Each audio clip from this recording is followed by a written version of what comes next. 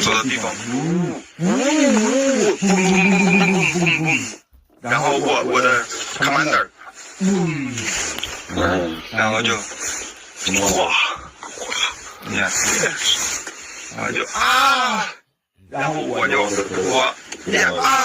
Two Chinese citizens fighting for the Russian military were arrested in eastern Ukraine, with Ukrainian President Volodymyr Zelensky releasing a video on April 8th via X.